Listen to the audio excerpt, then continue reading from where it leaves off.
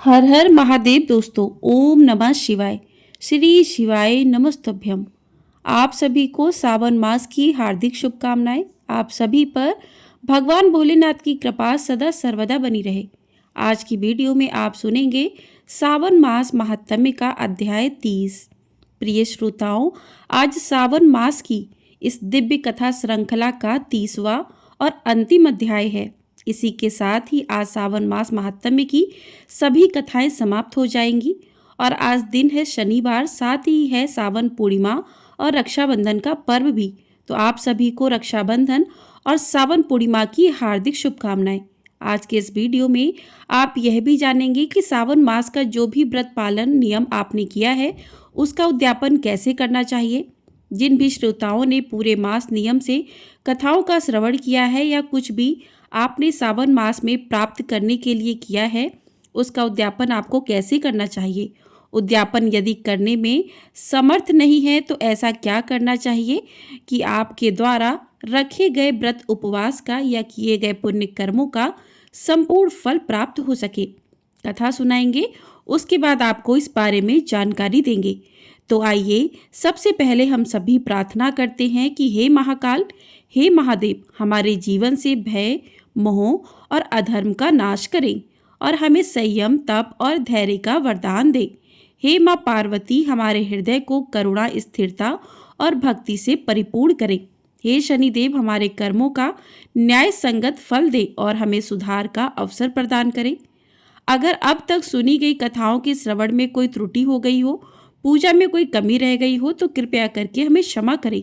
हम सभी को सद्बुद्धि प्रदान करें और हम सभी पर अपना आशीर्वाद सदैव बनाए रखें। अब पहले सुनिए आज की कथा। हर हर महादेव। एक बार देवराज इंद्र सहित देवताओं ने भगवान शिव की परीक्षा लेनी चाहिए। तब वह देवों के साथ बृहस्पति के साथ कैलाश पर्वत पर जा पहुंचे। भगवान शिव ने अपनी आत्मिक शक्ति के बल पर जान लिया कि यह लोग मेरी परीक्षा लेने आ रहे हैं, इसलिए उन्होंने एक अवधूत का भेष धारण कर लिया और उनके मार्ग में आ खड़े हुए। देवराज इंद्र इस बात से अनभिज्ञ थे। तब इंद्र ने उन्हें राह से हट जाने का संकेत किया, किंतु अवधूत भेषधारी शिव जी अपने स्थान पर खड़े रहे।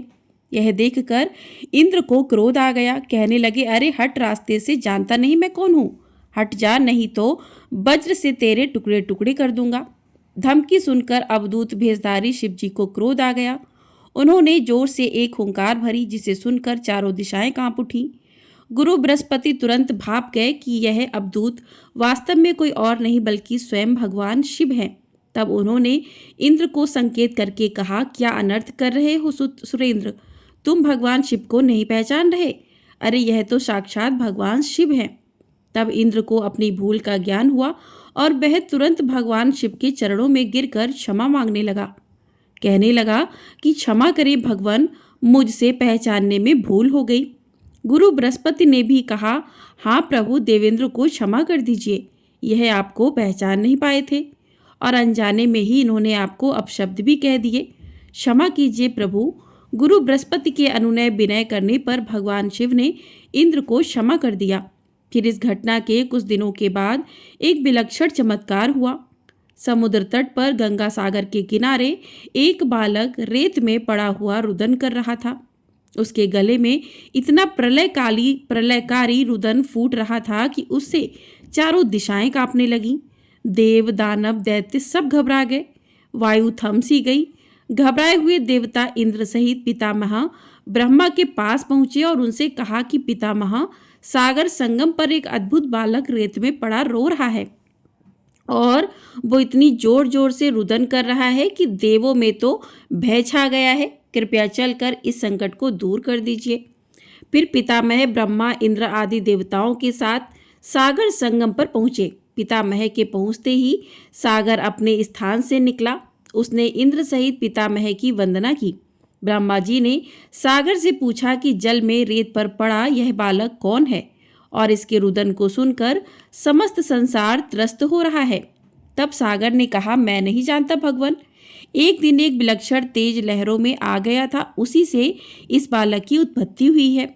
ऐसा कहकर सागर ने बालक को गोद में उठाया और ब्रह्मा जी की गोद में दे दिया। ब्रह्मा जी की गोद में आते ही बालक ने रोना बंद कर दिया और कुछ ही देर में अचानक बालक की बाहें आगे बढ़ीं। उसकी दोनों बाहों ने ब्रह्मा जी का गला पकड़ लिया।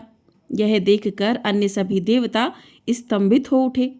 ब्रह्मा जी ने अपना गला छुड़ाने का प्रयास किया, किंतु बालक के हाथों की पकड़ और मजबूत हो गई थी। फिर अचानक बालक ने उनका गला छोड़ दिया और मुस्कुराने लगा। तब ब्रह्मा जी अपना गला सहलाते हुए बोले, अरे इस बालक का नाम क्या है सागर? यह तो अभी से बड़ा बलशाली है। तब सागर ने कहा, इसका अभी नामकरण नहीं हुआ है, पितामह आप भी इसका कोई नाम रख दीजिए। तब ब्रह्मा जी बोले कि मैं इसका नाम जलंधर रखता हूँ और आज से यह तुम्हारा ही पुत्र कहा जाएगा। बालक का नामकरण करके सागर के हाथों में सौंपकर पितामह सहित सभी देवता अपने अपने धाम लौट गए। अब बालक कुछ बड़ा हुआ तो पितामह की आज्ञा से आचार्य शुक्र ने उसे शिक्षा देनी आरंभ कर दी। देखते ही देखते वह बालक युवक बन गया। गुरु शुक्राचार्य ने उसे दैत्यों का सम्राट बना दिया और कालनेमी नामक एक असुर की वृंदा नामक कन्या से उसका विवाह भी करा दिया। जलंधर महाबलवान सिद्ध हुआ। देखते ही देखते उसने समस्त सागर के द्वीपों पर अपना शासन स्थापित कर लिया। उसकी पत्नी वृंदा ने हर मामले में उसके साथ भरपूर सहयोग किया। वृंदा एक सती स्त्री थी।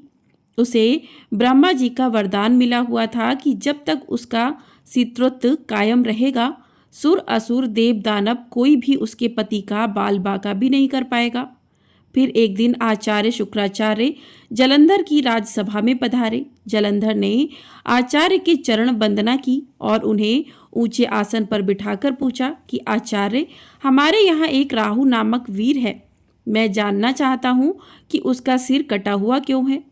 तब गुरु शुक्राचार्य ने कहा कि दैत्यराज राहु का सिर भगवान विष्णु ने अपनी सुदर्शन चक्र से काट दिया था।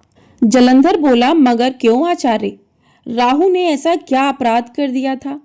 उत्तर में शुक्राचार्य ने उसे सागर मंथन की समस्त कथा सुनाकर कहा कि उसका अपराध यह था कि उसने देवताओं की पंक्ति में बैठकर धोखे से अमृत पान कर लिया था। तब जालंधर बोला, तो इसमें क्या अपराध हो गया आचार्य? आखिर अमृत निकला भी तो दैत्यों और देवताओं के सम्मिलित प्रयास से ही था। फिर अकेले ही देवता ही उस अमृत को पी जाने के अधिकारी भला कैसे हो गए? तो आचार्य बोले, इसमें भी विष्णु की छल नीति थी। समुद्र से निकले समस्त रत्न देवराज इंद्र ने ले लिए थे। अब तो यह बात सुनकर जलंधर क्रोधित होकर बोला कि मैं ऐसा हरगिज नहीं होने दूंगा। मेरे पिता के रत्नों का अधिकारी इंद्र नहीं, मैं स्वयं हूँ। अब तो देवताओं को सागर के रत्न लौटाने ही पड़ेंगे। उसके बाद गुरु शुक्राचार्य तो वापस अपने स्थान पर चले गए और जलंधर ने घसमरण नामक दैत्य को बुलाकर इंद्रपुरी रवाना कर दिया ताकि वह इंद्र को यह संदेश दे आए कि समुद्र मंथन से प्राप्त सारे रत्नों को उसे सौंप दे। अब घसमर इंद्रपुरी पहुंचा। जाकर उसने देवराज इंद्र से कहा कि देवराज, मैं दैत्यराज जालंधर का एक संदेश लेकर उपस्थित हुआ हूँ। दैत्यराज ने कहा कि सागर मंथन के दौरान उसके पिता के जो भी रत्न आपने हथिया लिए थे उन्हें तुरंत लौटा दे। सुनकर देवराज ने कहा कि रत्न? कैसे रत्न? दैत्यराज से कहना, वो रत्न तो देवों के परिश्रम के फल थे। सेवक बोला, लेकिन परिश्रम तो देव और दानव दोनों ने ही किया था। फिर रत्न भला अकेले देवों के कैसे हो गए? सीधी तरह रत्नों को लौटा दो, वरना इसका परिणाम बड़ा भयंकर होगा। यह सुनकर इंद्र क्रोधित होकर कहने लगे कि तुम्हारा इतना साहस, मेरी पुरी में ही मुझे धमकाते हो। ठहरो पापी, मैं अभी तुम्हें इसका मजा चखाता हूँ। ऐसा कहकर इंद्र ने अपना वज्र निकाल लिया, लेकिन तभी आचार्य बृहस्पति ने उन्हें रोक दिया। फिर इंद्र को समझाते हुए बोले कि क्रोध में मत आओ सुरराज, यह दूत है और दूत अवध्य होते हैं, इसे जाने दो। इसके बाद घसमर वापस जलंधर के पास पहुंचा और इंद्र द्वारा दिया गया उत्तर उसे कह सुनाया। सुनकर जलंधर तो मारे क्रोध के आग बबूला हो उठा। उसने तुरंत चारों दिशाओं में स्थित दैत्यों के पास संदेश भिजवा दिया कि वे तुरंत इंद्रपुरी पर आक्रमण कर दें। साथ ही साथ अपने सेनापतियों शुंभ और निशुंभ के साथ इंद्रलोक पर चढ़ाई भी कर दी और वहां पहुंचकर दैत्य सेना ने देवताओं का विध्वंस करना आरंभ कर दिया। दैत्यों के दल अमरावती को नष्ट भ्रष्ट करने में लग गए। दोनों पक्षों के वीरों के शव जमीनों पर गिरने लगे। आचार्य बृहस्पति देवों की ओर से और शुक्राचार्य दैत्यों की ओर से घायल और मृत वीरों का उपचार करने लगे और वे पुनः जीवित होकर युद्ध करने लगते। युद्ध चलता रहा, लेकिन किसी भी पक्ष को विजय नहीं मिल पा रही थी। इस पर जलंधर क्रोधित होकर गुरु शुक्राचार्य के पास पहुंचकर बोला कि गुरुदेव, संजीवनी विद्या तो सिर्फ आप ही जानते हैं, फिर भला यह देवता मरकर जीवित कैसे हो रहे हैं। तब गुरु शुक्राचार्य बोले कि दैत्यराज, संजीवनी बूटी का उपयोग करना आचार्य बृहस्पति भी जानते हैं। उन्होंने कई देवता इसी कार्य पर लगा रखे हैं कि वे द्रोणागिरी से संजीवनी बूटी लाते रहें। अगर किसी तरह देवताओं द्वारा द्रोणागिरी से बूटी लाना रोक दिया जाए तो आचार्य बृहस्पति देवों को पुनः जीवित नहीं कर पाएंगे। तब जालंधर बोला कि लेकिन हमें इस तरह से तो अपनी सेना का एक बड़ा हिस्सा द्रोणागिरी पर्वत की ओर ले जाना पड़ेगा, और फिर यहाँ तो भयंकर गति से युद्ध चल रहा है। ऐसा करना तो बड़ा मुश्किल भरा होगा। तब गुरु शुक्राचार्य कहने लगे, तो फिर क्यों ना द्रोणगिरी पर्वत को ही सागर में डुबो दिया जाए, फिर ना रहेगा बांस ना बजेगी बांसुरी। शुक्राचार्य की बात सुनकर जालंधर अमरावती छोड़कर अब द्रोणगिरी पर्वत पर जा पहुंचा और अपने मंत्र विद्वाणों से उसे समुद्र में डुबो दिया। इससे देवताओं को संजीवनी बूटी मिलनी बंद होने लगी। अब देवताओं में घबराहट फैल गई। देवराज इंद्र घबराते हुए आचार्य बृहस्पति के पास पहुंचे और बोले कि हमारे वीर तो बड़ी संख्या में हताहत हो रहे हैं। आचार्य, अब क्या होगा? इस तरह तो समस्त देवताओं का ही विनाश हो जाएगा। तब गुरु बृहस्पति बोले कि मेरी सलाह मानो देवेंद्र, यह युद्ध तुरंत बंद कर दो और अपनी सेना सहित भागकर जान बचा लो। जालंधर भगवान शिव के तेज से पैदा हुआ है और उसमें भगवान शिव की तरह अपार बल है। तुम अपनी जान बचाओ, बाद में कोई ना कोई उपाय जालंधर को मारने का तो निकल ही जाएगा। अब आचार्य बृहस्पति की सलाह मानकर देवराज इंद्र सहित देवता युद्ध छोड़कर भाग निकले और फिर मेरु पर्वत की कंदराओं में जा छुपे। शुंभ निशुंभ सहित दैत्यों की सेना ने उनका पीछा किया, किंतु देवता पहाड़ की गुफाओं में पहुंचकर अदृश्य हो गए। थक हार कर दैत्यों की सेना वापस लौट पड़ी। इधर जालंधर ने सारी अमरावती को लूट लिया और स्वयं इंद्र के सिंहासन पर बैठ गया। इंद्र मेरु पर्वत की कंदराओं से निकले और अपने साथियों के साथ भगवान विष्णु के पास पहुंचे। उन्होंने भगवान विष्णु से प्रार्थना की, रक्षा कीजिए प्रभु, जालंधर ने समस्त अमरावती तबाह कर दी है। हजारों देवता मारे गए हैं और स्वयं मैं भी मुश्किल से जान बचाकर यहाँ तक आया हूँ।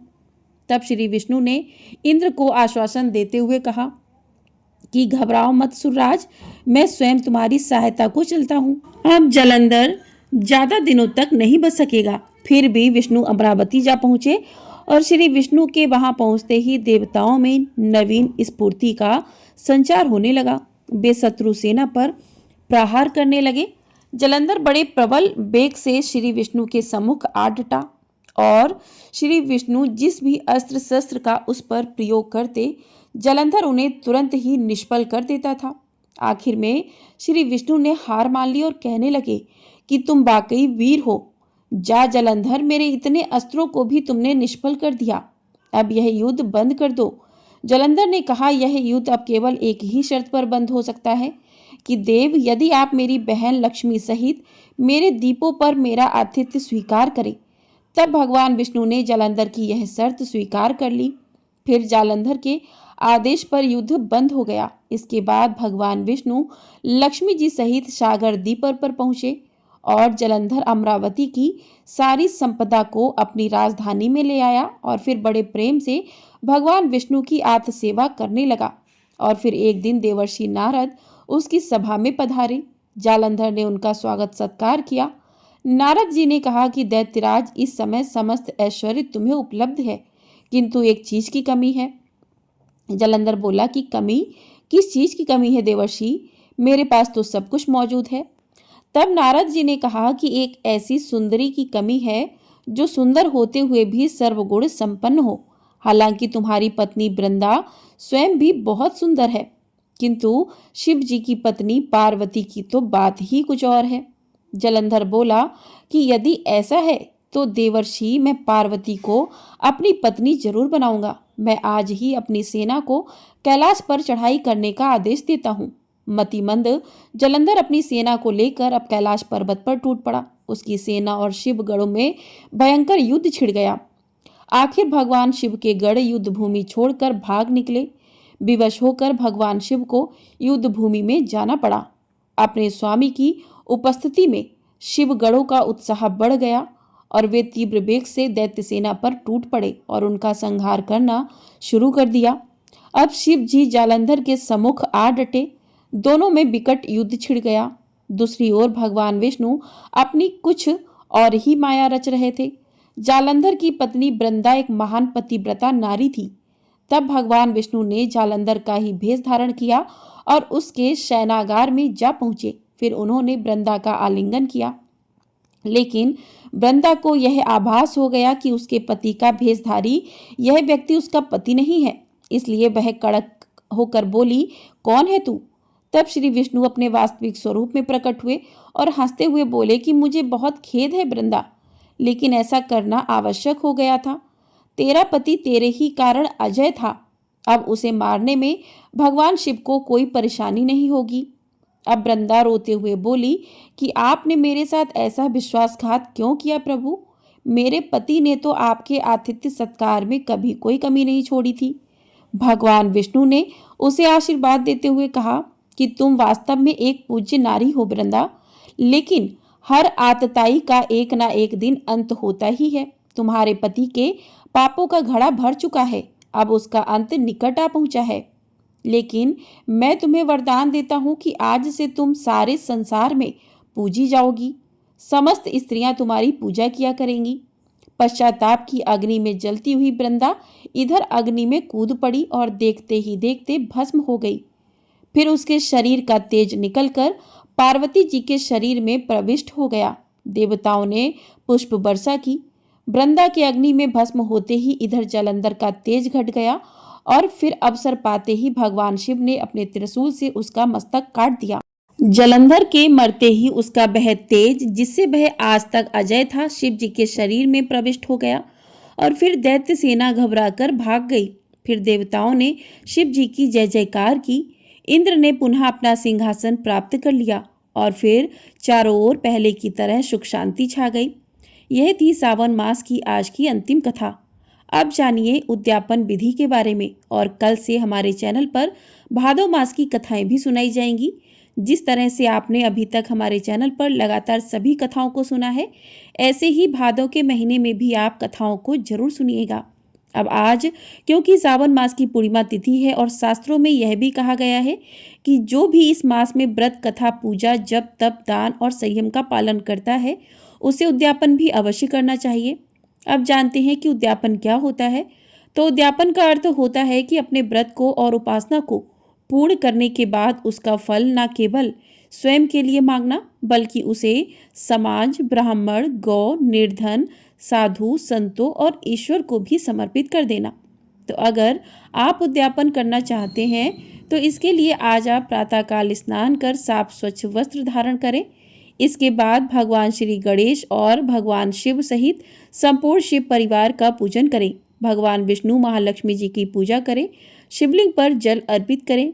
इसके अलावा पंचामृत भी अर्पित कर सकते हैं। चंदन का तिलक लगाकर बेलपत्र, भांग, धतूरा और शमी पत्र, जो भी मौसमी पुष्प, फल आदि हैं, आप अर्पित करें। घी का या तिल के तेल का दीपक जलाकर आप शिव पुराण का कोई भी अध्याय या सावन मास की कथा का पाठ करें। अगर संभव हो तो 30 दिन की कथा का आप संक्षिप्त स्मरण भी कर सकते हैं या श्रवण भी कर सकते हैं। हालांकि ऐसा करना सभी के लिए संभव नहीं होगा। तो आज के दिन आप शिव सहस्त्र नाम का पाठ भी कर सकते हैं। इसके बाद आप किसी ब्राह्मण, कन्या या फिर किसी गरीब परिवार को भोजन करा सकते हैं। ब्राह्मण, गौ और जरूरतमंद को दिया गया भोजन सावन मास के पूरे पुण्य को 1000 गुना कर देता है। यदि किसी गरीब परिवार को भोजन कराना संभव ना हो तो आप एक समय का भोजन किसी के घर में बना सकें, इतना आप कच्चे अनाज का दान भी कर सकते हैं।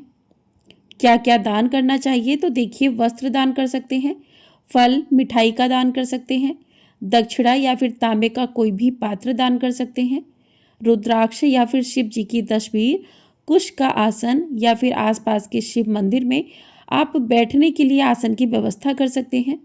शिव पुराण का दान कर सकते हैं। भगवान शिव से संबंधित कथाओं का चालीसा पाठ की पुस्तकों का दान कर सकते हैं। इसके अलावा कहीं पर सार्वजनिक जगह पर, पवित्र जगह पर या फिर खास तौर पर किसी मंदिर में जहाँ पर बेल वृक्ष ना हो, वहाँ पर बेल वृक्ष का पौधा भी लगा सकते हो। तुलसी का पौधा भी दान में किसी को दे सकते हैं। ध्यान रखें, दान कभी भी घमंड से नहीं करना चाहिए, ना ही दिखावे से करना चाहिए। वह एक निवेदन होना चाहिए, ना कि प्रदर्शन। दान देने के बाद सबसे अंत में क्षमा याचना भी करनी चाहिए कि हे त्रिपुंडधारी भोलेनाथ, अगर इस सावन मास में मुझसे कोई भी त्रुटि हो गई हो मन, वचन या कर्म से, तो कृपया क्षमा करें। मैं इस पुण्य को अपने पितरों, कुल, राष्ट्र और संपूर्ण प्राणी जगत को समर्पित करता हूँ या करती हूँ। अंत में दोनों हाथ जोड़कर शिवलिंग के समक्ष कहें या भगवान शिव की प्रतिमा तस्वीर के समक्ष कहें कि हे शिव शंभु, यह जो पुण्य फल मैंने इस मास में अर्जित किया है वह सिर्फ मेरे लिए ही नहीं, मेरे कुल की 7 पीढ़ियों, मेरे समाज, मेरे गुरुजनों और मेरे मन, वचन, कर्म को पवित्र करने के लिए अर्पित है। ध्यान रखिएगा, अगर सामर्थ्य हो तो किसी भी शिव मंदिर में जल, वस्त्र, रुद्राक्ष, धूप, दीप आदि अर्पित करें। ब्राह्मण भोजन कराएं, गौ दान करें या गौशाला में अन्न का या हरे चारे का भी दान करें।